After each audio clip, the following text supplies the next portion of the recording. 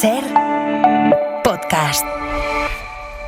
Estás escuchando El Abierto de Hoy por Hoy. Cada día analizamos las noticias más relevantes de la actualidad, las claves políticas, económicas y sociales, con las voces de los protagonistas y los distintos puntos de vista de nuestros tertulianos. Tiempo para el análisis, tiempo para el abierto en esta mañana de miércoles, mañana de sesión de control al gobierno. Ahora iremos a ello porque podremos escuchar aquí en directo en este Hoy por Hoy la pregunta y la respuesta del líder de la oposición, Alberto Núñez Feijóo, al presidente del gobierno. Pero antes saludamos a los analistas de esta mañana. Aquí en Madrid, Josep Ramoneda, ¿qué tal? Muy buenos días. Hola, buenos días. Ignacio Escolar, muy buenos días. Buenos días. Y Cristina de la Hoz, muy buenos días. ¿Qué tal? Buenos días. Ramoneda decía aquí en Madrid porque Ramoneda presentó ayer su libro Poder y Libertad, reflexiones en un cambio de época, que está editado en Galaxia Gutenberg. ¿Hace falta reflexionar más que nunca, Ramoneda, o la reflexión nunca sobra? Primero, esto seguro, pero además es verdad que vivimos en unos momentos muy complejos en los que las cosas se están acelerando a un ritmo tal que se genera una cierta sensación de que no sabemos a dónde vamos, ¿no? Y tenemos que intentar ser capaces de hacernos alguna composición de futuro, si no... Pero para eso, Ramoneda, es fundamental parar de vez en cuando para pensar. Sí, y esto es difícil en el mundo en que vivimos, ¿no? Porque ahora que has parado y has perdido unos cuantos cambios, ¿no? Exacto. Bueno, pues no se lo pierdan, que ya saben que las reflexiones de Ramoneda siempre ayudan muchísimo a entender este mundo. Vamos a empezar por lo que les decía, por esa sesión de control al gobierno que va a haber a las 9 de la mañana, porque ayer vivimos, podemos decir, la previa, el ensayo general en el Senado. Es importante rescatar lo que pasó ayer en esa Cámara, porque dice bastante del momento político que vivimos actualmente. David Junquera, buenos días. Hola, buenos días. Fue un debate, podríamos decir, siempre lo son. Ayer especialmente áspero, incluso afloran dudas acerca de los límites de lo que se puede hacer, sobre todo por momentos como los que el presidente de la Cámara, el presidente del Senado, reprendió a la ministra Pilar Alegría porque dijo que no estaba respondiendo a la pregunta que le formulaba el senador del Partido Popular, o cuando decidió cortarle el micrófono a otro ministro, a Óscar Puente. Y nos habían engañado en el arranque con un control que empezaba de forma edificante, un ramo de rosas rojas en el escaño de Fernández Vara y estas palabras del presidente Royán. Deja un vacío enorme. Y deja un vacío enorme también en esta Cámara y por supuesto en nuestros corazones. Guillermo fue un señor.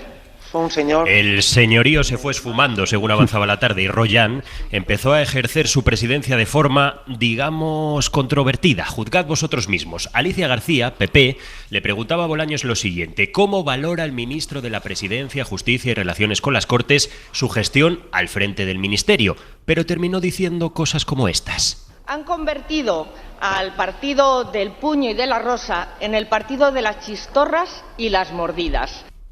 Royán no le dijo ni mu. Alejo Miranda, otro senador del PP, preguntaba a Alegría si cree que su labor como portavoz de la Moncloa responde a las exigencias propias del cargo, pero terminó también con la chistorra en la boca. Y hemos acabado por conocer que ustedes convirtieron Ferraz en el cajero automático de Koldo, Ábalos y Cerdán. Y Martínez Maillo, que preguntaba a Marlaska por sus decisiones en materia de plantillas de policía y guardia civil. Se desviaba después al informe de la UCO. Ahí sí trató tímidamente Royán de reconducirle. El señor Sánchez cobró dinero en efectivo. ¿Han comprobado si los justificantes que se presentaban en el ministerio... Señor Maillo, le ruego se ciña la cuestión. Gracias. Nada que ver el trato del presidente con el que luego le dispensó a Óscar Puente, cuando el ministro trataba de glosar el mal momento por el que, según él, pasa el Partido Popular. ¿Sabe quién no vive su mejor momento? Señor ministro, le ruego en la medida de lo posible se ciñe también a la cuestión. En fin, la ecuanimidad del presidente, pues ahí la tienen ustedes, ¿no? Puente terminó con el micro cortado. Royán argumenta que se había quedado sin tiempo. Nunca pensé que en el Senado me iban a retirar la palabra. Nunca lo pensé. Piden ustedes respeto por esta Cámara y son ustedes los primeros que no la respetan. Pero lo más gordo estaba por llegar. El presidente se las tuvo tiesas con Pilar Alegría. Esto es un extracto muy pequeñito. El caso es que al final, aunque solo fuera una vez, no te expulsan hasta la tercera, terminó llamándola al orden. Lo mismo... Señora ministra, la ruego se ciña la cuestión. Hombre, señor presidente... La ruego se ciña la cuestión. Perdón, en la medida de lo posible a mí no me gesticulen de esa forma. Sin liderazgo. Señora ministra, la llamo al orden. Lo lamento, la llamo al orden por primera vez. Alegría estaba tratando de asociar al PP y Vox con este argumento antes de ser cortada. El Partido Popular plagia, copia y hace suyas las ideas más reaccionarias de la ultraderecha más casposa en este país. Un ciudadano ante el original y la marca blanca siempre se queda con el original. Y ustedes han decidido convertirse en el Auchan de Vox. De gama baja o low cost, terminó siendo un pleno de control en el que quedaron olvidadas por completo las enseñanzas de Guillermo Fernández Vara. A ver qué nos tienen preparado dentro de 20 minutos. Exacto, a ver qué es lo que pasa en esa sesión de control al gobierno Junquera. Gracias. Un abrazo. Claro, y es que con más bronca o con menos, el mensaje que intentaba introducir el Partido Popular en el pleno de ayer es el mismo que va a intentar introducir y que va a introducir esta mañana en ese pleno del Congreso que arranca a las 9 con la sesión de control. Guillermo Lerma, buenos días. Hola de nuevo, Ángeles. Y esa estrategia es la de seguir poniendo en primer plano el informe de la UCO y el dinero en efectivo que cobraron Ábalos, Koldo y Santos Cerdán, dinero en sobres que el PSOE justifica como gastos, como pagos por dinero que habían adelantado ellos, y el PP considera una señal de corrupción del Partido Socialista. La manera de contraatacar a este ataque del Partido Popular por parte del gobierno va a ser centrar su atención en la gestión, que está teniendo algunos problemas en la gestión de algunas comunidades autónomas del Partido Popular.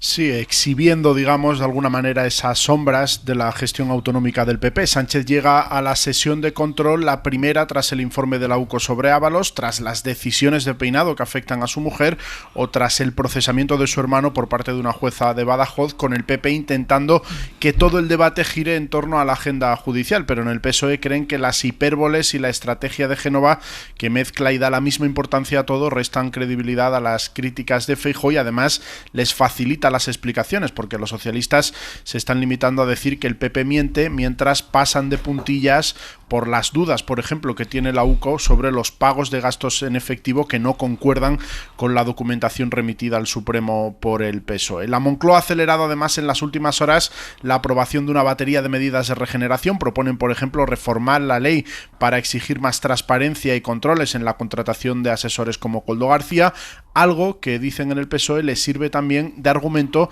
para presumir de su reacción ante estos casos. Es algo que hacía ayer, de hecho, el presidente del gobierno. Aunque no existe, evidentemente, la corrupción cero, sí debe existir la tolerancia cero contra la corrupción. Y esa tolerancia cero, bueno, pues implica responder a la corrupción con valentía, con ideas y propuestas, con decisión, no taparla y silenciarla, como desgraciadamente hacen algunos. Pero en el Ejecutivo, Ángels, lo que intentan sobre todo es no volver a encerrarse en la actitud defensiva que mantenían antes del verano. Sánchez ha dado la orden de golpear también al PP y la idea es hacerlo, como decíamos, poniendo en evidencia los problemas de gestión de los servicios públicos en las comunidades donde gobiernan, como lo ocurrido con las mamografías de Andalucía. Ayer en el Consejo de Ministros fue muy llamativo y muy evidente cómo el gobierno salió a responder con los ministros a las políticas sobre el aborto o universidades que ha puesto en marcha, por ejemplo, la Comunidad de Madrid. Guille, hasta luego. Hasta luego. A partir de las 9 estaremos en el Congreso de los Diputados con esa sesión de control. Aquí hay dos cuestiones. Bueno, la primera, que el Partido Popular, que tiene mayoría absoluta en el Senado, ha decidido, Ignacio, convertirlo algo así como en su cortijo, donde decide el presidente, laísmos aparte, quién habla y quién no habla, donde se le corta el micrófono. Pero después esta estrategia del Partido Popular, basada en los informes de la UCO, ya dando por bueno como si el informe de la UCO fuera exactamente lo mismo que una sentencia judicial. Pero es que además el informe de la UCO no dice lo que está diciendo el Partido Popular. Eso para empezar. El problema de fondo es el caso de corrupción de Ábalos, Koldo, las implicaciones en Santos Cerdán son gravísimas. No hace falta exagerar ni ponerle más tomate ni salsa ketchup a esta historia porque ya es bastante grave. Pero no parece ser suficiente para el Partido Popular y ha querido ir a un sitio donde ni el informe de la UCO ni la investigación judicial ha llegado todavía. No hay en ese informe ninguna evidencia de que existiese un sistema de sobresueldos en el Partido Socialista, ni siquiera lejanamente equivalente a lo que ocurrió en el Partido Popular en la época de Gürtel. No está en ese informe. Hay un descuadre de 500 euros, que es el único que detalla la UCO en su informe, en los pagos de gastos. ¿Alguien conoce un sobre donde se pague con decimales céntimos? Que se pague un soborno y haya céntimos. Y que en el sobre aparezca una moneda de 1 euro, que es la propina del sobresueldo. Es bastante evidente que eso es lo que parece. Los pagos en efectivo, que por cierto no se pagan en efectivo solo en el PSOE, hoy publicamos en el diario.es que también en el Senado se siguen pagando dietas en efectivo.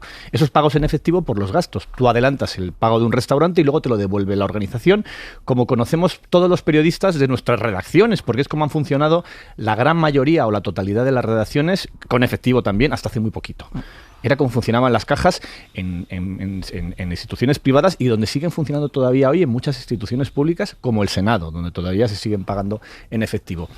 Y yo la verdad es que no lo entiendo, porque en el fondo lo que hace el Partido Popular cuando se pone a exagerar de esta manera, algo que ya es grave, que no hace falta exagerarlo ni ponerle más pimienta, es generar una reacción en la izquierda. Generar una reacción de adhesión en la izquierda diciendo, oye, os estáis pasando, esto que estáis diciendo no es verdad.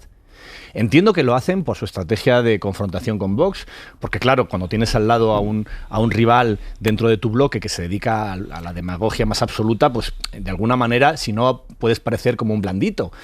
Pero eso les está llevando a una estrategia de polarización que puede que les funcione dentro de su mundo de la derecha, pero que al mismo tiempo puede movilizar a la izquierda. Y quiero recordar que en el 23 pierden porque movilizaron a la izquierda. Cristina. Yo en las sesiones de control al gobierno no veo nada que no estemos viendo en los últimos años y además incluso con los papeles cambiados. Las sesiones de control al gobierno se han convertido en minis debates ideológicos en los que muchas veces ni importa la pregunta ni importa la respuesta, porque la oposición no pregunta pero el gobierno tampoco responde. Esto no es nuevo, esto es así ya desde hace mucho tiempo y genera cierto cansancio incluso informativo, ¿no?, a los periodistas, que muchas veces, somos conscientes de que se ha convertido en un escenario donde solo triunfa el que dice la barbaridad más grande. No es nuevo, se ha utilizado siempre como una manera para enjuagar las controversias políticas del momento, y una evidente que hay ahora es la del informe de la UCO, y yo creo que faltan muchas explicaciones por parte del PSOE. Yo particularmente llevo sin cobrar nada en efectivo, no voy a decir lustros, voy a decir décadas. Yo, cuando he pasado gastos a las distintas empresas por las que he trabajado... Pues debe ser las empresas en las que tú has trabajado. No, te lo digo en serio. Yo no hablaría de décadas. Te lo digo en serio, yo décadas. Yo debo llevar 20, 25 años en los que no se me ha pagado un gasto en metálico por ninguna de las empresas por las que ha pasado. Olé por las empresas en las que tú has trabajado. Sí. No, yo en serio, me parece muy sorprendente. Además, en el caso del Senado se adelantan los viajes internacionales. No es que te devuelvan el dinero en metálico, sino que te adelantan para los viajes internacionales dinero en metálico. Y luego tú tienes que justificarlo y devolver, se supone, lo que no. Pero es el metálico. Sí, es el metálico, claro. Lo que no es, pero no forma parte del funcionamiento, digamos, normal de en los que, ministerios de que se devuelva, hay varios que siguen de que funcionando se así. Hoy, y funcionaban así hace 2 años y en las empresas. Hace 3, y en en las todo empresas. caso, yo supongo que empresas pequeñas posiblemente. Y grandes también. En todo caso, esto es todo tan fácil. O sea, ¿cuál es el problema del dinero en metálico? La trazabilidad. ¿De dónde viene y a dónde va? Y pues si el PSOE dice, señores, tenemos en caja tanto y viene de aquí y viene de allá y ya está, no hay debate. A mí me falta esa información. ¿De dónde viene ese dinero y en qué se gastó ese dinero? Y es que lo que me sorprende de esta estrategia del Partido Popular es que parece que no se da cuenta de que le está haciendo daño a sí mismo. Yo creo que es un error extraordinario. Es decir, se presenta hace mucho tiempo sin una sola idea política, sin una sola propuesta concreta, simplemente intentando convertir especialmente a Pedro Sánchez, porque todo converge hacia allí, en una especie de personaje despótico, corrupto y todas sin límites, tan sin límites que está perdiendo la credibilidad cuando se construye una imagen tan alta. Yo estoy convencido de que esto solo favorece a Vox, y si el PP, que tiene un problema, que es que evidentemente que Vox le está comiendo terreno, cosa que no tiene que sorprender porque está pasando en toda Europa y porque tiene muchas causas que van más allá de la coyuntura española, pues probablemente afectado por este problema crónico que tiene, que es un partido sin líder, un personaje que totalmente descolorido, pues recurre a este sistema de la sacralización, de la condena permanente, de la destrucción permanente de la persona, no ni del proyecto político, de la persona y de las personas. Esto yo no lo veo recorrido. Pero no solo confirma la debilidad del PP y ¿quién lo compra? ¿Quién sale ganando con esto? Vox, que Vox sí que hace política y tiene ideas. Pero no solo que Vox le apriete o que sienta el aliento de Vox, yo creo que ahí también hay algo muy evidente que es una ansia por llegar al poder que hace que en todo vea la Gürtel del Partido Socialista. Es decir, a nosotros la Gürtel nos costó el poder. Esta es la Gürtel del Partido Socialista. Sí, pero claro, con esta ansia, lo más desconcertante, esta ansia y esta dificultad que ya se ve que quieren llegar pero no acaban de llegar, tiene muchas causas, pero una de clarísima, que es que tienen un falso líder, un líder que no es líder, tienen un personaje sin atributos precisos que lo único, bueno, ahora tiene uno de atributo preciso, que es insultar, pero nada más. Hay gente en el PP, ¿cómo es posible que todavía no se hayan dado cuenta que ahora si dieran el salto a un personaje con una cierta dimensión, pues lo tendrían bastante bien, y en cambio con este juego no hacen más que abrir el terreno a Vox por un lado y a Pedro Sánchez para que acabe recuperando terreno y consiguiendo una mayoría suficiente para que no gobiernen estos. Entonces el PS debe estar encantado. Claro. Bueno, en los últimos meses, en las últimas semanas sí, con la evolución de las encuestas. La conclusión es que el bloque de la izquierda crece gracias a la estrategia del PP, pues, y que tiene posibilidades de gobernar, pues nada, ese bloque tiene que estar encantado de esta estrategia. Pues no sé cuál es el problema entonces. No, yo ninguno, simplemente lo analizo. Yo creo que el hecho de que el PSOE pueda volver a ser primera fuerza por encima del PP es muy grave para el PP. No solo en términos electorales, porque tiene prima en número de escaños, sino también en términos políticos. ¿Van a volver a decir esto de la alianza de perdedores? Por cierto, está muy bien que hablen bien de Guillermo Fernández Vara. Estaría muy bien que alguna vez alguien hablase bien de un político vivo. Para variar. Estos elogios al rival contrario habría que hacerlos cuando las personas viven, no cuando se acaban. Solo ocurre cuando ya se han ido. Solo ocurre cuando se acaban de morir. No, pero dices una cosa, Ignacio, que dice Cristina, pues ¿qué pasa? Pues tiene que estar contento el Partido Socialista, claro. Pero yo creo que contento. Es decir, que no sé por qué no convoca elecciones Sánchez si le va a ir de maravilla electoralmente. Porque a lo mejor debe pensar que a lo mejor le irá mejor. Y el Iván Redondo le están diciendo, oye, que vas a ganar, o sea que claro, a lo mejor tiene el terreno a lo mejor piensa abierto. Que de aquí 2 años le irá todavía un poco mejor. Y decía una cosa, Josep, dice, hay gente en el Partido Popular. Yo no lo sé, Josep, si hay gente en el Partido Popular. Sí, no me puedo imaginar que en toda la derecha española no puedan encontrar una persona que vista un cierto personaje, una cierta autoridad, pero no lo sé. Y, en fin, ya sé que esto cada vez es más difícil. Mira, ahora estamos asistiendo a un espectáculo que es la destrucción del que parecía el gran líder de la derecha universal, Emmanuel Macron, sí. Que ha acabado en el ridículo más patente. Por tanto, no es fácil, pero claro, contentarse eternamente con Feijóo. Mirando un poco hacia atrás, todas estas cosas de la falta de liderazgo, de carisma, se decían de Aznar, incluso yo creo en aquella época que se hablaba de que Mario Conde era el líder natural de la derecha. Entonces, bueno, incluso también con Rajoy se dijo. Es decir, que esta es una crítica generalizada siempre hacia los dirigentes del Partido Popular. Nunca estuve de acuerdo, con lo de Aznar. Dos diferencias. Pero acuérdate que el debate era ese, que Aznar era un personaje incluso patético, se venía a decir. Pero Aznar era un candidato de la derecha con ideas de derechas y apostando por las derechas y sin entretenerse solo, que también en la destrucción. Y Rajoy era un tío muy listo.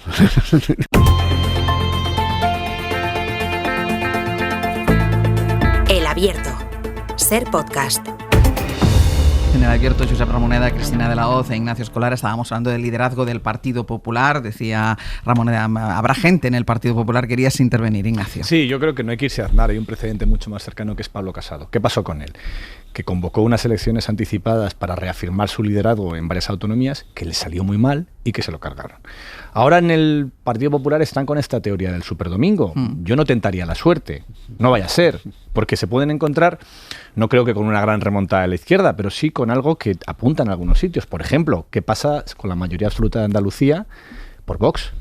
¿Qué pasa? Que con el desgaste que está teniendo Moreno Bonilla con la sanidad y con el escándalo con las mamografías, pues está en un momento que, por un lado, no creo que vaya a ser ese superdomingo, porque muchos varones no quieren jugársela todos a una, y además creen que les va mejor separándose de lo nacional, que ya sería un indicio de un problema de liderazgo nacional, ¿no? El hecho de que cada uno quiera ir por libre. Pero aunque yo veo muy difícil otro otra noche de los cuchillos largos en Génova 13, como la que vivimos con Pablo Casado, que por cierto lideraba las encuestas, era alucinante. Salía el gran ganador batiendo todos los récords, ya no, sí, sus propios fieles no parecían creérselo, ¿no?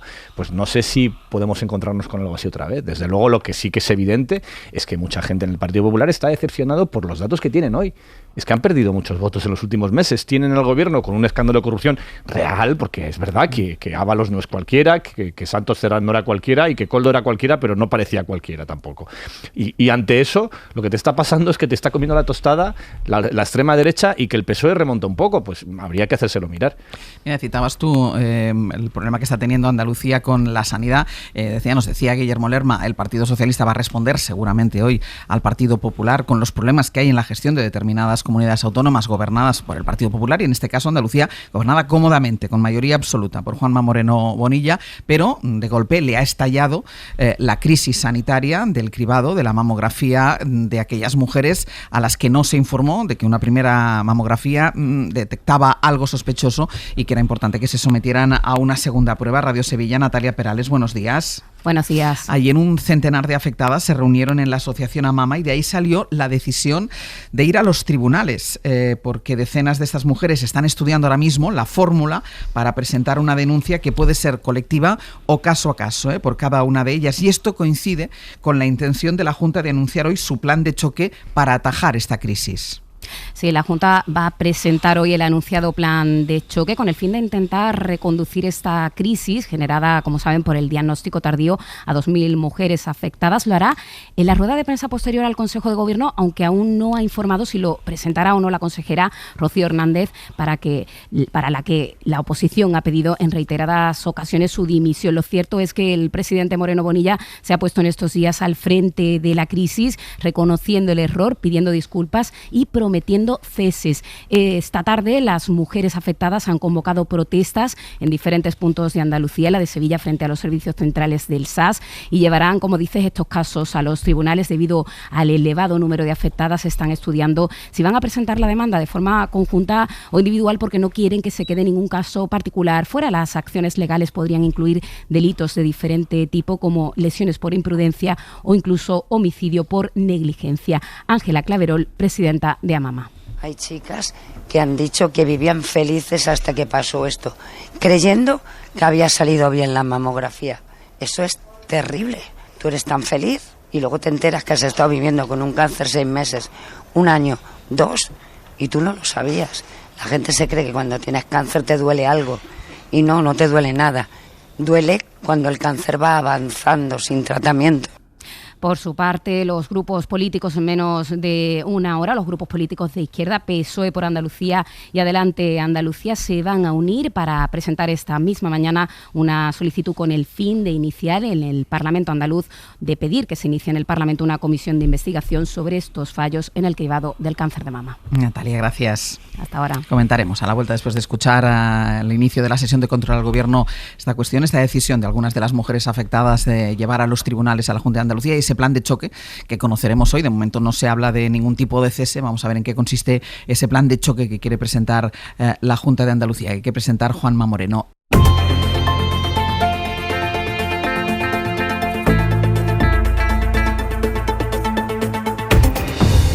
El abierto Josep Ramoneda, Cristina de la Hoz, Ignacio Escolar, después de haber vivido ese arranque de la sesión de control al Gobierno con la pregunta que le ha formulado el líder de la oposición, Alberto Núñez Feijóo, que ha sido una andanada con los temas de corrupción que salpican al Partido Socialista, y sobre todo el caso Koldo, el caso Ábalos y el caso Cerdán, pero también que hemos conocido en directo esa citación al presidente del Gobierno para su comparecencia en la comisión del Senado, y esa frase también en medio de la comparecencia, de la pregunta, de Alberto Núñez Feijóo: usted vive de la prostitución, Ignacio.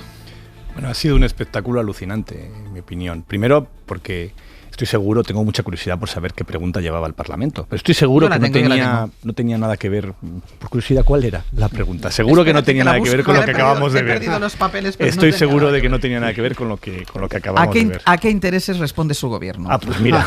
Esta era la pregunta. Pues ya me queda claro, ¿no? Que no la encontraba. Segundo, que a quien hace esta asimilación de todos son iguales y tal. Yo quiero comparar la presidenta del Congreso con el presidente del Senado. Simplemente. Aquí hemos visto un árbitro más o menos normal, no alguien pegándole en el tobillo a los delanteros del otro equipo, ¿no? Y luego, tercero, esto de usted ha vivido de la prostitución. Este es el político que venía a hacer política para adultos y que venía a ganar al presidente y no insultar a Pedro Sánchez, porque está irreconocible. Está irreconocible con todo lo que había prometido que iba a hacer. Y creo, me reafirmo en lo que decía antes, creo que este tipo de discursos engordan a Vox, fundamentalmente ayudan a Vox, y esto ya empieza a ser dato empírico porque se ve en las encuestas, y al mismo tiempo cohesionan al Partido Socialista, cohesionan al votante de la izquierda, que ven un nivel de dureza y de exageración y de populismo y de insultos en las palabras del líder de la oposición, que lo que hace es, en este clima de polarización que está provocando fundamentalmente la derecha, pues cohesionar a la izquierda, como se ve también en las encuestas.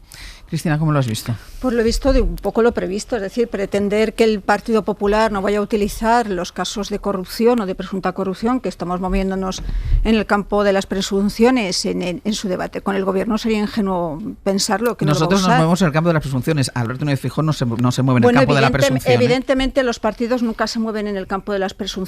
Y yo soy la primera que ha defendido sistemáticamente que los informes de la UCO ni son cosa probada, ni cosa juzgada, ni cosa condenada. Pero unos y otros, todos los informes de la UCO, que a veces es verdad que les hemos dado categoría de que eran una verdad incontestable. No, evidentemente no lo es. Pero pretender que los partidos políticos no lo usen en su pugna con el adversario, a mí, bueno, me parecería un poco ingenuo, ¿no? Decir, bueno, qué escándalos que están utilizando un informe de la UCO o están utilizando casos de presunta corrupción.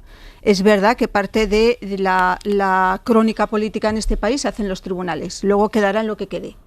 Yo creo que ya solo con la trama de Ábalos, Koldo y Santos Cerdán, pero no por lo que ellos digan o dejen de decir, sino por las conversaciones que hemos oído, los mensajes que se han cruzado, los correos, creo que ahí ya hay una trama lo suficientemente importante de personas muy, muy ligadas al presidente del Gobierno como para que el primer partido de la oposición no utilice este caso. Del mismo modo que el presidente del Gobierno, de una manera muy hábil, está utilizando el tema del aborto, porque esta era una cuestión que no estaba el debate sobre la mesa hasta que en el Ayuntamiento de Madrid al alcalde se le ocurrió apoyar una moción de Vox sin necesidad y sin sentido. Quiero recordar que el año pasado el propio Sumar le ofreció al PSOE blindar el derecho al aborto en la Constitución y la ministra Ana Redondo dijo bueno, que era una petición un poco absurda porque no había mayorías para eso. Que ahora el Gobierno, que el propio presidente del Gobierno de repente manda un requerimiento a comunidades que han estado hasta hace poco gobernadas por su propio partido, que como Aragón o como Baleares, que tampoco hicieron ese listado de médicos que se niegan a practicar abortos, me parece políticamente una jugada muy buena por parte de Moncloa, porque evidentemente unos y otros utilizan los elementos que tienen, y el PP utiliza el elemento de la corrupción contra el PSOE. Pero a mí no me parece mal, me parece lógico, vaya, que utilice la corrupción, pero lo que me parece anormal es el modo. El modo desagradable, irritado, de tensión sistemática, que lo único que hace es ir, digamos, radicalizando la figura del personaje, pero no radicalizándola para bien, sino simplemente para ver los límites de Feijóo. Y a mí esto me parece que es tan evidente que me cuesta mucho entender que el propio Partido Popular no intente arreglarlo de alguna forma, ¿no? Y en este sentido, probablemente era un poco fuera de lugar, pero la frase final de Pedro Sánchez, ánimo Alberto, pues me parece que da en el punto exacto, digamos, Alberto, no te das cuenta. Y me diréis que en un espacio parlamentario no es el momento para una ironía de este nivel, pero en cualquier caso pone de relieve la situación. No se han dado cuenta todavía de que tienen que hacer política, solo saben hacer esto que algunos llaman política, supongo que es la destrucción del adversario. La destrucción del adversario, pues está muy bien que se denuncie lo que hay, pero está muy bien también que después de denunciar lo que hay se construya alguna cosa. Y en este estadio el Partido Popular está totalmente desaparecido y lo pagará. Y Vox le sube a caballo y ya no es ninguna hipótesis fantasiosa que Pedro Sánchez pueda seguir. Es que me cuesta mucho entender defender este estado de autocondena en que se ha metido el Partido Popular. Quizás porque no tiene otra alternativa, pero me parece imposible. Voy a hacer una pausa y a la vuelta lo retomo por algo que decía Cristina. Decía la propia torpeza del Partido Popular, que en un momento en el que el aborto no estaba en el debate, el Partido Popular torpemente lo incorpora al debate y evidentemente el gobierno entra inmediatamente a ello. En el abierto, Josep Ramoneda, Cristina de la Hoz, Ignacio Escolar, hablando del aborto. Ha salido en esta sesión de control, en el inicio de la sesión de control al gobierno, después de que el Partido Popular reviviera el debate sobre el aborto, porque desde el Ayuntamiento de Madrid se compró parte de la agenda de la ultraderecha de Vox, con esa idea de informar a las mujeres sobre ese síndrome post-aborto que no tiene ninguna base, ningún fundamento científico, pero que decidió apoyar el Partido Popular en el Ayuntamiento de Madrid. Evidentemente, el gobierno entró en el asunto. Mariola Lourido, buenos días. Buenos días, Ángeles. Y lo que hizo fue enviar cartas a esas comunidades autónomas, una de ellas la Comunidad de Madrid, comunidades gobernadas por el Partido Popular, que incumplen la ley porque carecen de un registro de objetores de conciencia en esta materia. Díaz Ayuso ayer contestó, decidió entrar también al choque con esto, diciendo que ya vería si responde a esa carta, y ahora el Ministerio de Sanidad le ha lanzado una advertencia legal si pone resistencia a la normativa sobre la interrupción voluntaria del embarazo. La reacción de Sanidad es una muestra clara de la estrategia del Gobierno de hacer frente a los retrocesos del PP en sus feudos autonómicos y municipales en el aborto y en otros temas sociales como las universidades. La ministra Mónica García, aunque sin concretar, amenazó a la presidenta de la Comunidad de Madrid con tomar medidas si no crea el registro de médicos objetores al aborto como está obligada por ley. A la señora Ayuso, muy sencillo, la ley se cumple.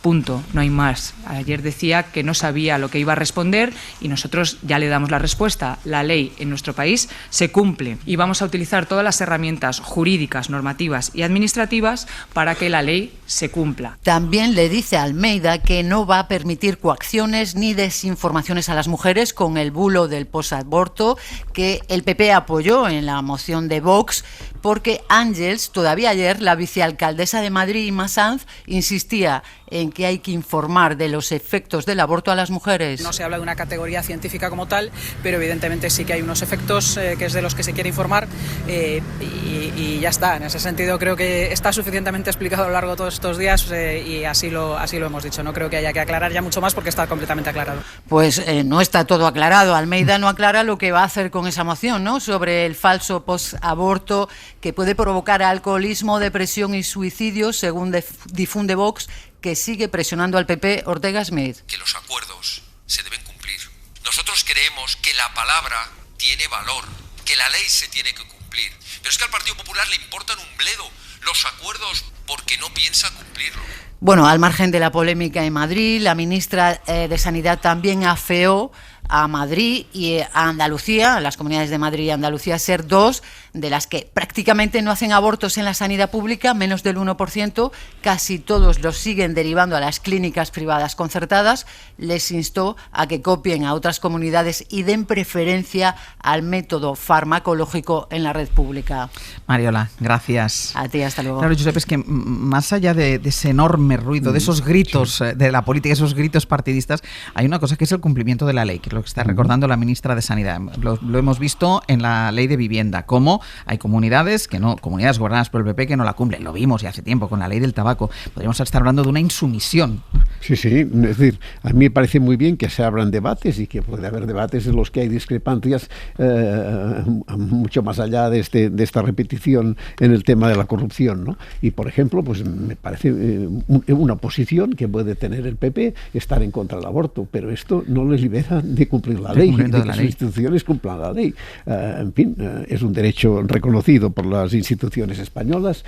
Si ellos tienen una discrepancia de fondo y quieren volver atrás, pues que se movilicen, que lo pongan en marcha y ya se lo cargarán cuando gobiernen. Cuando gobierne, y a los españoles seguro que se van a cargar la propuesta. O sea, pero que hagan política con unas ideas que a nosotros nos parecen profundamente fuera de lugar, reaccionarias, pues bueno, ellos así se sitúan y así se definen. Por lo menos sabemos de quién se trata, construyen un cuerpo ideológico, que es lo que tiene que tener cualquier partido, ¿no? Ignacio.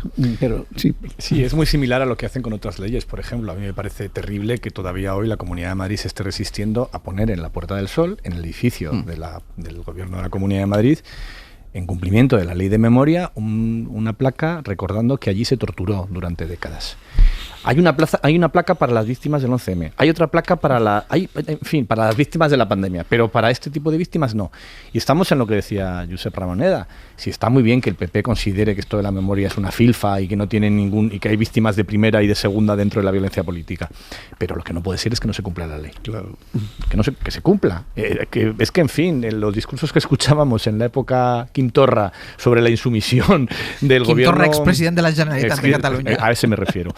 En la época en la que era presidente de la Generalitat y intentaba sortear las regulaciones, en fin, basta comparar lo que decían entonces lo que hacen ahora. Cristina. Partiendo de la base de que efectivamente hay que cumplir la ley, creo que el debate no está ahí. El debate está en que se ha suscitado una cuestión en la que el PSOE se mueve muy bien, en la que todo es ganancia, en la que además pone al PP en una situación incómoda porque hay división interna sobre esta cuestión. Una cuestión que intentó cerrar Feijóo en su momento y que además es verdad que al gobierno le viene muy bien, sobre todo cuando ha tenido problemas graves en cuestiones que han afectado al voto femenino, como ha sido el tema de la polémica sobre las pulseras de maltrato o los puteros. 7 años de gobierno se da cuenta de que hay algunas comunidades, incluso algunas comunidades que en su momento estaban gobernadas por su propio partido. Quiero recordar que el requerimiento personal, que además ha sido un requerimiento personal del presidente del gobierno, también afecta a Asturias, que es una comunidad gobernada tradicionalmente por los socialistas.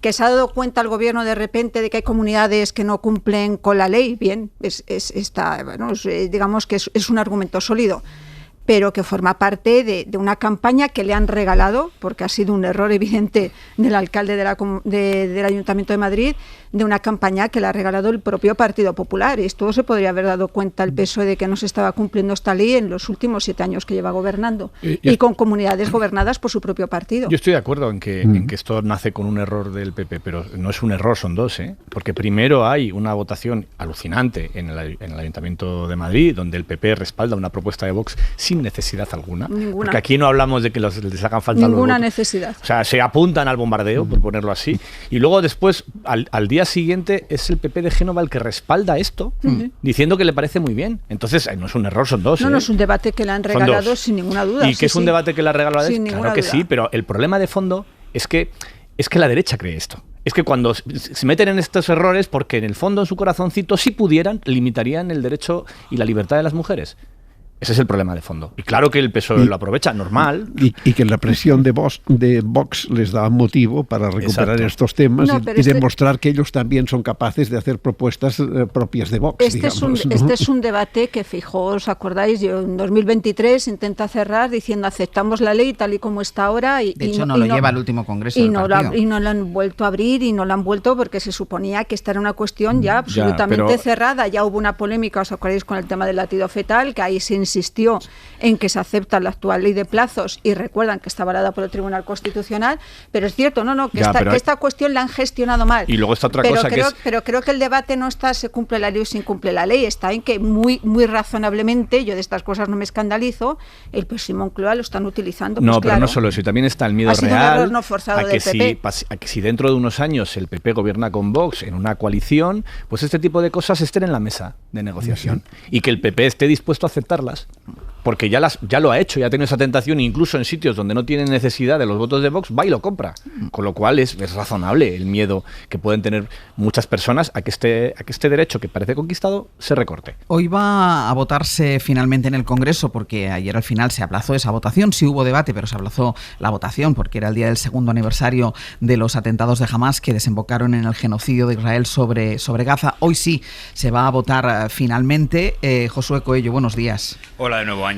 Claro, y lo único que es que nosotros seguimos preguntándonos lo mismo que nos preguntábamos ayer, que es qué va a hacer Podemos, porque sus votos, al menos su abstención, es imprescindible para convalidar ese decreto para el embargo de armas a Israel, y el gobierno, a esta hora, si no ha habido ningún cambio en los últimos minutos, todavía no sabe qué es lo que va a hacer Podemos. No ha habido ningún cambio de última hora, y es que Podemos se ha convertido en la kriptonita del gobierno en los últimos meses, y hoy, de nuevo, de sus votos dependerá el éxito o fracaso para el Ejecutivo en otra larga jornada de votaciones en el Congreso. La primera foto fija la veremos, tú lo decías, Ángels, con el decreto del embargo de armas a Israel. Una abstención de los morados sería suficiente, pero los de Belarra siguen sin desvelar qué van a hacer. Ayer en el debate no se salieron del guión de los últimos días, criticando un embargo que consideran insuficiente. Y con el embargo fake aprobado han pasado 4 barcos que ya ha identificado la sociedad civil organizada, por no hablar de que el propio embargo fake incluye una excepción que hace que el Consejo de Ministros pueda seguir comprando y vendiendo las armas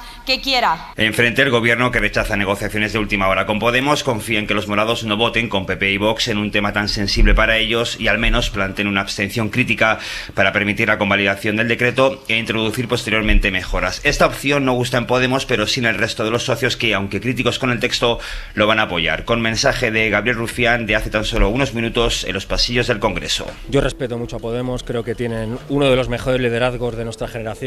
No quiero que me monte ninguna campaña en redes ni que se enfaden mucho, pero vuelvo a no estar de acuerdo con ellos. Creo que si este decreto de ley cobarde sirve para que solamente una arma no llegue a Israel y se salve solamente la vida de un niño o una niña, a mí me vale. Pero Ángels, el gobierno no gana para sustos, y más cuando hablamos de Junts. Los de Puigdemont confirmaron hace unos días su sí, pero ayer su diputada Marta Madrenas sembró de dudas su voto definitivo en una intervención llena de preguntas sobre la idoneidad de convalidar ahora el decreto.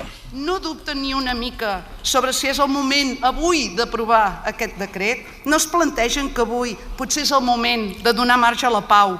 Pero fuentes de Junts nos confirman que no van a cambiar su voto y todo el foco va a seguir puesto en Podemos, como lo va a estar para sacar adelante la ley de movilidad sostenible. Una abstención de Podemos también sería suficiente, pero el puerto de Valencia y el aeropuerto del Prat son el clavo al que se agarran los de Belarra para tumbar esta ley. En juego, Ángels, 10.000 millones de euros de fondos europeos. Josu, gracias. A vosotros. Cristina, de Junts podemos esperar cualquier cosa, porque es verdad que estaba muy claro su apoyo. La intervención de ayer fue muy desconcertante, pero insistieron en que mantendrían pero claro, el apoyo. De Podemos, y recogiendo un poco las palabras de Rufián, tendría difícil Podemos explicar un no al embargo de armas, aunque sea una ley que no llegue a donde quiere llegar Podemos. De todas maneras, vamos a ver, si no se convalidara este decreto ley, el embargo de armas seguiría vigente, es decir, se supone que el gobierno ya ni compra ni vende armas a Israel. Otra cosa es que lo quieran, digamos, darle rango legal, rango jurídico. Pero no tendría un efecto perverso de que de repente nos pusiéramos a comprar o a vender armas a Israel. Yo creo que esa es una de las cuestiones que, en cierto modo, Podemos está planteando. A mí ayer me explicaban un destacado miembro del gobierno que es verdad que hay que darle cobertura legal a esta cuestión, sobre todo por las empresas, ¿no? Que las empresas tengan dicha cobertura para poder negarse o para poder, renegociar determinados contratos. Pero es cierto que a fin de cuentas el gobierno insiste, y yo creo que lo dijo también Margarita Robles, llevamos 2 años sin comprar ni vender armas, es decir, que no tendría el efecto contrario de que de repente tuviéramos que reanudar el comercio. Hay que recordar que somos de los grandes exportadores de los países europeos, somos de los principales exportadores de armas a Israel y también de los que más compramos, sobre todo cuestiones referidas a seguridad. Eso es lo único que podría salvar a Podemos. Yo creo que finalmente se abstendrá, porque es cierto que están recibiendo presiones de colectivos pro-palestinos de que apoyen este embargo de armas, aunque es cierto que no tendría el efecto de tener que reanudar un comercio con Israel. Se han convertido, se hablaba de la kriptonita, se ha convertido junto con Junts en uno de los socios, digamos, más incómodos y más complicados para Sánchez, y Podemos necesita perentoriamente marcar distancias con Sumar, porque luego esa es la otra batalla. Hay que verlo también en ese registro. Josep. Bueno, es la historia de siempre, ¿no? La extrema izquierda en un momento encontró el tono, el momento oportuno, consiguió unas posiciones relativamente importantes, parecía que ocuparían un lugar significativo en el país, llegan al tope, empiezan las querellas de egos, la cosa se va descomponiendo y a partir de aquí ya es un camino hacia abajo sin fin. y en un camino hacia abajo sin fin pueden aparecer las cosas más raras, las cosas más contradictorias como esta que estamos viendo ahora. Resulta difícil entender que se opongan a una cosa como es el embargo respecto a Israel, que me parece que en este momento está en el ambiente, digamos, por lo menos de los sectores más liberales y democráticos de la sociedad. Pues sí. ¿Por qué? Pues por peleas entre ellos, por demostrar que son más machos y más fuertes que nunca. Podemos y Sumar están una vez más, la extrema izquierda, en un callejón sin salida que puede tener consecuencias graves para la izquierda en general si no pasa algo y esto se termina y se avanza en otra dirección pronto. Se encuentra una vía de reconstrucción pronto y de momento no la veo, la verdad. El otro día, hace unos minutos hablábamos de las encuestas, de las últimas encuestas, que bueno, que le dan esa subida al Partido Socialista. El problema que tiene el Partido Socialista es lo que dice ahora Ramoneda, es lo que tiene a la izquierda, porque ninguno de los dos partidos, ni Sumar ni Podemos, da ningún síntoma de revitalización. Ignacio. Sí, con este tema yo creo que tienen un problema de fondo. Me parece inimaginable que Podemos pueda votar en contra del decreto. Para empezar, porque es que todas las organizaciones que estaban presionando por este decreto, las organizaciones que defienden el boicote a Israel y el fin del tráfico de armas, están pidiéndole a Podemos que vote que sí.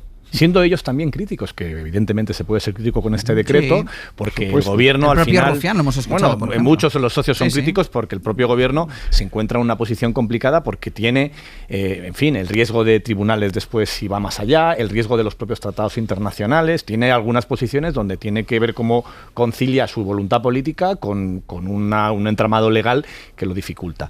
Pero claro, aquí la contradicción más evidente para mí es ver cómo toda la izquierda de todo el planeta Tierra está avalando al gobierno de España y elogiando al gobierno de España por sus posiciones contra Israel, mientras aquí hay un sector de la izquierda que llama a Sánchez señor de la guerra.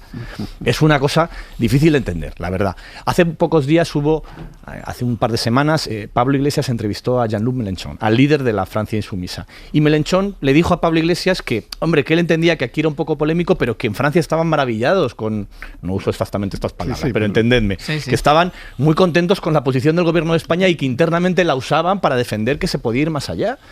Claro, esto es muy complicado. O sea, no puede ser al mismo tiempo el principal líder de la izquierda en contra de Israel y en tu propio país que haya un sector diciendo no, tú en realidad es que vas con Netanyahu. O sea, no se entiende.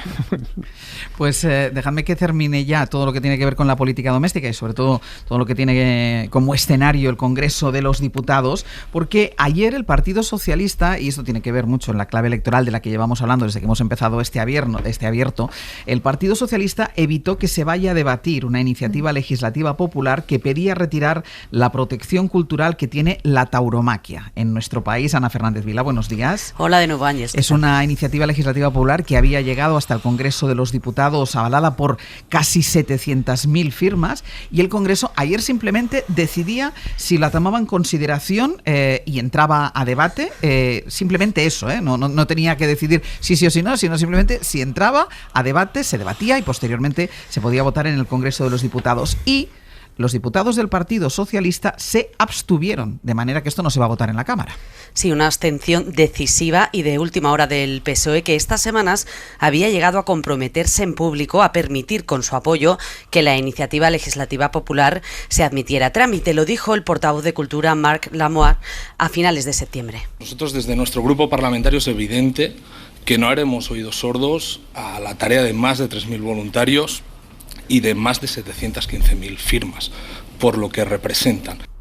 Ayer durante el debate los socialistas ya trataron de hacer equilibrios con este asunto que les genera tensiones internas entre territorios y en la votación llegó la sorpresa incluso dentro del PSOE.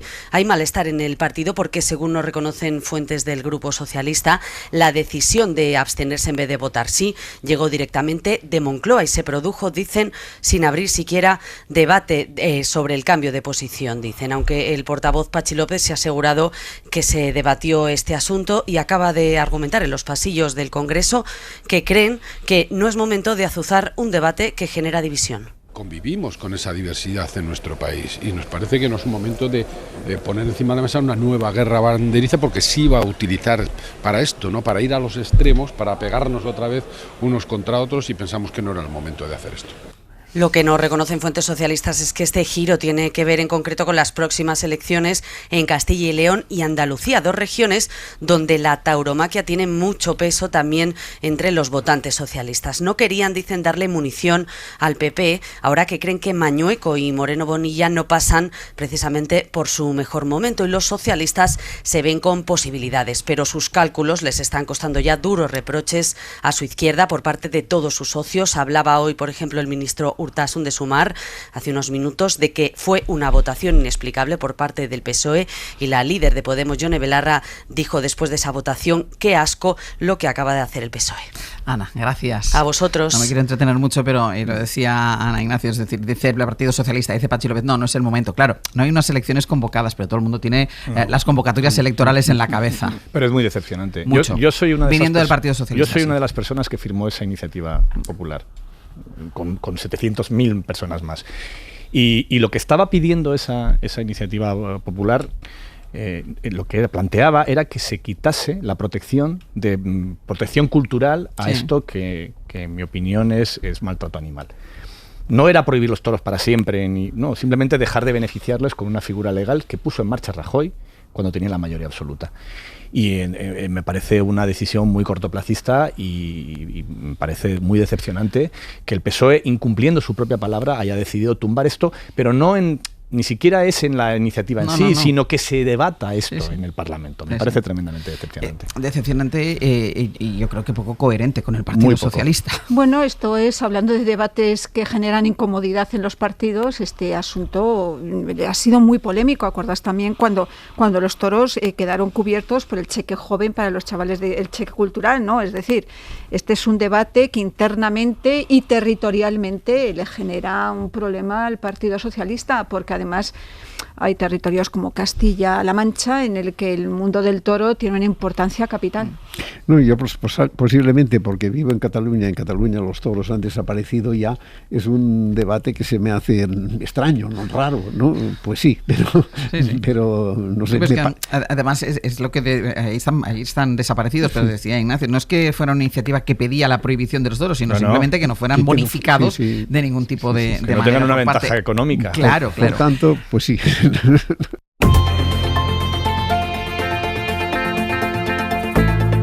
El Abierto. Ser podcast. 3 cosas que tengo que ir cerrando el abierto y me quedan 3 cosas pendientes. La primera, volver al Congreso de los Diputados, porque sobre la polémica en Andalucía por las mamografías, por el cribado de cáncer de mama, esta mañana y hace unos minutos desde el Partido Popular de Andalucía están haciendo correr un protocolo sobre las mamografías y sobre los cribados, que atribuye el protocolo de estos cribados al tiempo en el que la ahora ministra, vicepresidenta y ministra de Hacienda, María Jesús Montero, era consejera de Sanidad de la Junta de Andalucía. Y esto, Sara Selva, buenos días. ¿Qué tal, Ángeles? Buenos días. Esto ha salido en la sesión de control. Sí, le preguntaba Elías Bendodo a María Jesús Montero por la corrupción, pero ha aprovechado la vicepresidenta para recordarle al dirigente del PP andaluz el caso de los retrasos en los cribados de las pruebas de cáncer de mama. Le ha acusado María Jesús Montero de mentir, de ir cambiando de versión. Mentira en la que primero dijeron que eran 4 casos. Luego dijeron a las asociaciones que, como no los conocían, que le dijeran las asociaciones. Dice Montero que el PP ha querido aparentar como un fallo lo que en realidad es el colapso del sistema sanitario. ¿De verdad, señor Bendodo, no comunicar que se tenían que hacer pruebas para descartar un cáncer de mama a 2.000 personas es un error? Se nos va la vida, señor Bendodo. Le tocaba después preguntar a Juan Bravo, también diputado del PP andaluz. Señora Montero, ¿qué es protocolo Montero? Que fue usted la que eliminó la obligación de informar a los pacientes. Y es entonces cuando ha sacado ese protocolo. Ha decidido Bravo culpar a la propia Montero, que fue consejera de salud hace más de una década. 13 años, señor Bravo, que no soy consejera de Sanidad. 13 años. Y pretenden achacarle al gobierno y también a mí como consejera anterior lo que está ocurriendo. Se pregunta Montero en qué más pruebas están fallando, qué está pasando con el resto de cribados. Sara, gracias. Hasta luego. 13 años que no es consejera de salud y los problemas se han dado ahora exactamente en estos últimos 2 o 3 años. Otra cuestión que me queda todavía por comentar. Pablo Morán, buenos días. Hola Ángels, buenos días. Porque seguimos pendientes de esas conversaciones de manera indirecta entre Hamás e Israel para ver qué pasa con esa propuesta de paz que lanzó Donald Trump junto con Benjamin Netanyahu. De momento trasciende poca cosa, ¿no? Sí, y hay optimismo que acaba de reiterar Hamás al entregar la lista de rehenes a liberar, pero también mucha prudencia por la desconfianza que persiste entre ambas partes. Con la llegada de los pesos pesados de Trump, hoy se debería definir ya el marco para la liberación de los rehenes, pero Hamás, como era previsible, quiere garantías de que Israel no vuelva a bombardear a las primeras de cambio.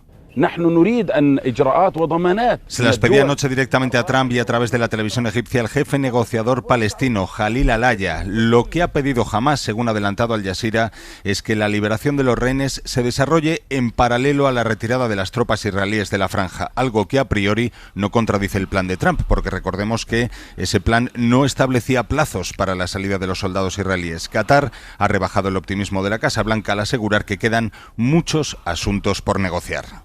Pablo, gracias. A ti, hasta ahora. Y lo último, Francia, porque esta noche termina el plazo para que Macron le dio al primer ministro para intentar armar un nuevo ejecutivo que evite unas elecciones legislativas.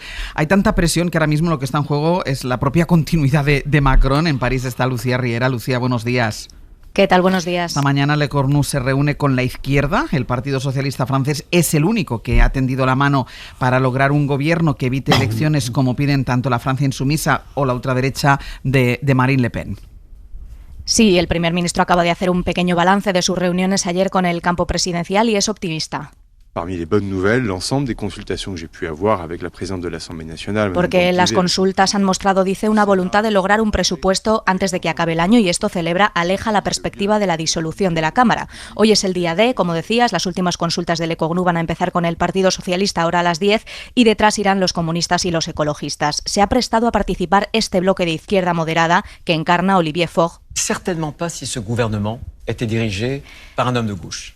Bueno, este no es Olivier Faure, pero decía Faure que este bloque sigue exigiendo que Macron les deje intentar formar un gobierno bajo el programa del nuevo Frente Popular y para eso exige un pacto de no censura con los centristas. Pero la Francia insumisa se cae de ese plan. Je ne crois pas que Emmanuel Macron puisse nommer un gouvernement de gauche, en tout cas pas sur un A programme los de de rupture. Mélenchon solo les vale la disolución de la Asamblea y la salida de Macron, la misma tesis que defiende la ultraderecha. Ayer las primeras negociaciones de esta prórroga que se ha dado Macron escenificaron la ruptura del bloque presidencial. Salieron voces críticas entre los antaño aliados del presidente, Gabriel Attal o Edouard Philippe, también Elisabeth Borne, que dijo anoche en Le Parisien que hay que saber escuchar y accede ahora sí a suspender la polémica reforma de las pensiones que aprobó por decreto y que es una de las medidas estrella de Macron. Si renuncia a ella sería un gran paso para los socialistas.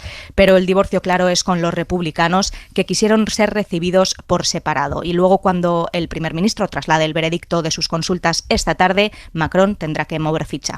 Pues veremos si tenemos noticia antes de que termine el día. Lucía, gracias. Gracias, hasta luego.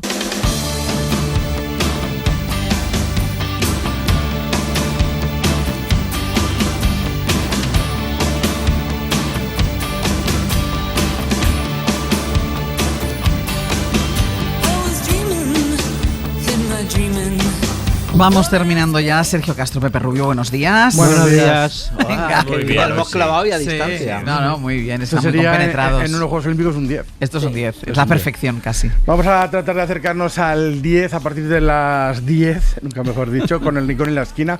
De ascensores, de esa palabra y de todas sus acepciones van a reflexionar esta mañana Manuel Delgado y Marta Sanz. A nuestros oyentes les vamos a pedir una concreción, y es que en el 900-100-800 nos cuenten grandes historias de encuentros inesperados, de conversaciones y silencios embarazosos, o de situaciones rocambolescas y surrealistas, o de encierros angustiosos De averías. en un ascensor.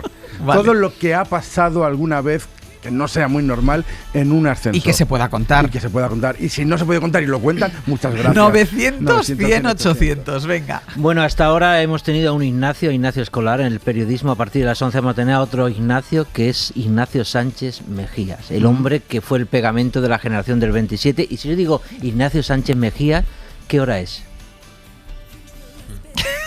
Nadie me contesta. Las 5 de la tarde. Vale, A las 5 en punto de la tarde. Pues Vale, eso. vale. Muy bien. ¿Viaje de ida? Yo es que si Ramoneda no contesta, yo no me arriesgo. Vale, y luego vamos a cerrar con la charla se puede ser una buena fiscal, pleitear todo el día y tocar la guitarra en casa, pero mal. Ahora, que se toque tan bien como para ganar un Grammy Latino y para ganar este pasado mes de agosto el premio a la mejor instrumentista del mundo, ya es más raro. Así que a la rara. Pero de profesión fiscal, o sea, se sigue ganando la vida de fiscal. No, claro. Sí. Lo otro es en los ratos libres, pero muy bien aprovechado. Se llama Mabel Millán y la vamos a conocer en la charla de este miércoles. Muy bien, pues tenemos un programa interesantísimo por delante. ¿Quieres quedarte tú, Sastre? ¿Yo voy a desayunar? Me voy a quedar, pero voy a bajar a tomarme un café. Vale, llévate los pinganillos. Venga. Ignacio Escolar, Josep Ramoneda, Cristina de la Hoz, hasta la semana que viene. Adiós. Para no perderte ningún episodio, síguenos en la aplicación o la web de la SER, Podium Podcast o tu plataforma de audio favorita.